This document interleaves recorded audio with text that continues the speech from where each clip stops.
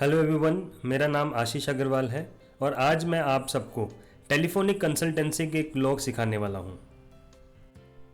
किसी को कंसल्ट करते समय जितना कंसल्टेंसी के स्टेप्स को फॉलो करना जरूरी है, उतना ही इस चैप्टर में बताए गए नियमों को इस्तेमाल करना भी जरूरी है। सबसे पहला जो नियम आता है उसे कहते हैं लॉ ऑफ इंटेंशन का नियम।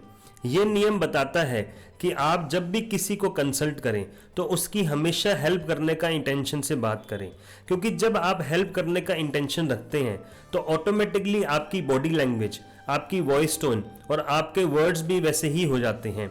भले ही टेलीफोनिक कंसल्टेंसी में प्रोस्पेक्ट आपको देख नहीं सकता, लेकिन वो आपको सुन सकता है और रिसर्च ये कहती है कि केवल सुनने भर से ही हम किसी की भी पर्सनैलिटी का और इंटेंशन का पता लगा सकते हैं। अच्छे इंटेंशन वाले से हर कोई अपनी बात शेयर करना चाहता है, इसलिए आप अच्छे इंटेंशन से बात करें और अपने लिए लॉ ऑफ इंटेंशन का नियम लगवाएं। दूसरा नियम लॉ ऑफ एनर्जी का है।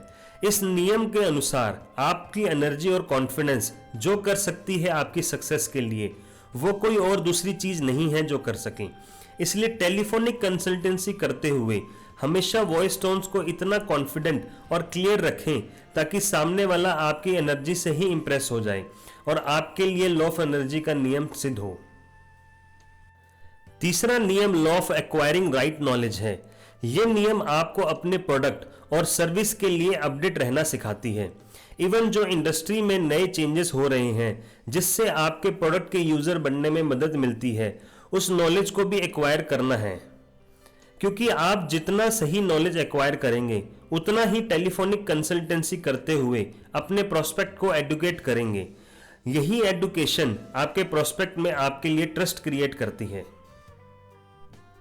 ये फोर्थ नियम है जिसे law of being solution oriented कहते हैं।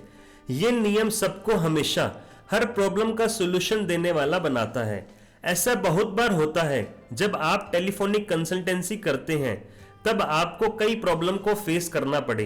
हो सकता है प्रोस्पेक्ट आपको आप ही के प्रोडक्ट के लिए नेगेटिव टॉक करें, बट आप उस समय उस प्रॉब्लम का किस तरीके से डील करते हैं और उस सॉल्यूशन को निकालते हैं, यही इस नियम से सीखना होता है।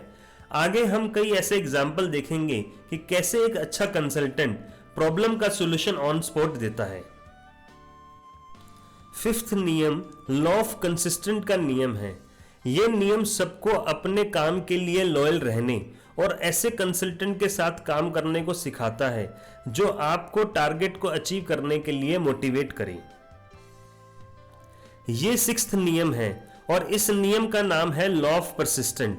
यह नियम सब कंसल्टेंट को नेवर गिव अप का एटीट्यूड सिखाता है।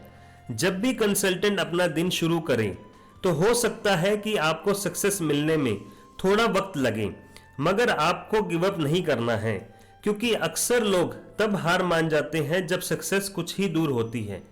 इसलिए आपको परसिस्टेंट रहना है अपने काम के लिए।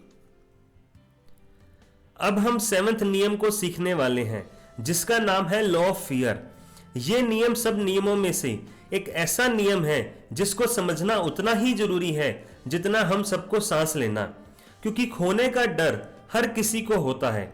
किसी को नौकरी खोने का डर, किसी को कस्टमर खोने का डर। यह डर जितना बड़ा होगा उतना बड़ा नुकसान होगा। इसलिए आपको इस नियम को सीखना है जो ये बताता है कि आपको अपने डर पे काबू पाना है और अपने प्रोस्पेक्ट की हेल्प करनी है, फिर चाहे वो आपकी सर्विस ले चाहे ना ले। यह दूसरा आखिरी नियम है जिसका नाम लॉ ऑफ वर्ड्स है। आप जानते होंगे कि टेलीफोनिक कंसल्टेंसी में वर्ड सबसे ज्यादा इंपॉर्टेंट होते हैं, क्योंकि प्रोस्पेक्ट ज्यादातर आपको सुनता है।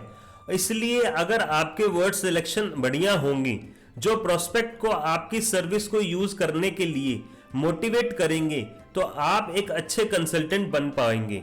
लॉ ऑफ वर्ड्स का नियम यही सिखाता है।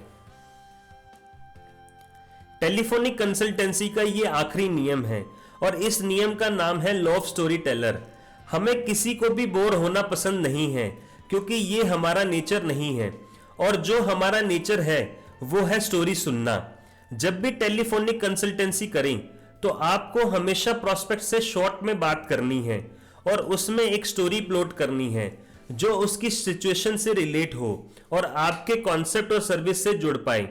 इसे ही लॉ ऑफ स्टोरी टेलर कहते हैं।